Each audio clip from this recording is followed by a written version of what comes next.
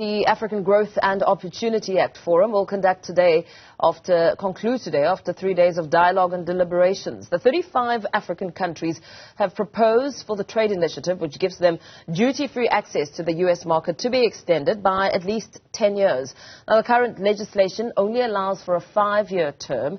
During his keynote address yesterday, President Cyril Ramaphosa reaffirmed South Africa's commitment to its trade relations with the United States. Newzroom Afrika's Ziyanda Ngcobo was there and filed this report.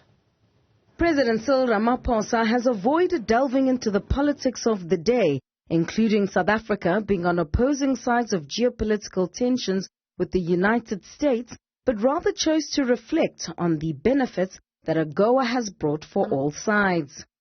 We value the relationship with the United States, the world's largest national market, and a country with which we have relationships that go well beyond just trade. Many of our countries are interconnected with the United States in more ways than one. And I must say that we value those connections with the United States. The African Growth and Opportunity Act, or AGOA, has served as the cornerstone of the U.S.-Africa commercial relationship for more than 2 decades. AGOA as a whole remains underutilized. And I hope that in your discussions today, you will explore ways and means in which we can fully utilize this great opportunity. With discussions expected to conclude on Saturday, Ramaphosa has also urged those in attendance to place emphasis on reforming AGOA to add more products and make it easier for small and medium-sized businesses to use it.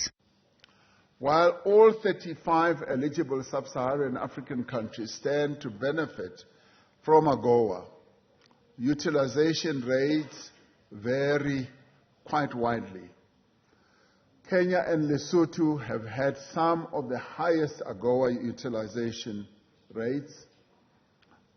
88% of Kenyan exports and 99% of Lesotho's exports to the United States qualified for zero tariff treatment.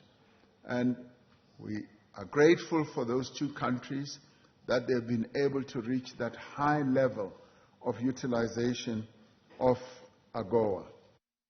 The president says the African Continental Free Trade Area and AGOA are becoming increasingly intertwined, which is why having the Opportunity Act for a longer period of time is critical. We would like you to look at the extension of our renewal of AGOA for a sufficiently lengthy period for it to act as an incentive to investors to build new factories on the African continent.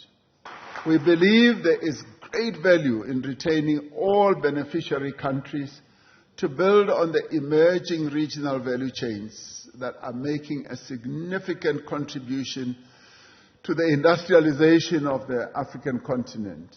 President Ramaphosa says the continent remains concerned about the negative effects that trade restrictions on products such as steel, aluminium and citrus fruit have on AGOA utilization rates. For Newzroom Afrika on Channel 405, I'm Ziyanda Ngcobo in Soweto.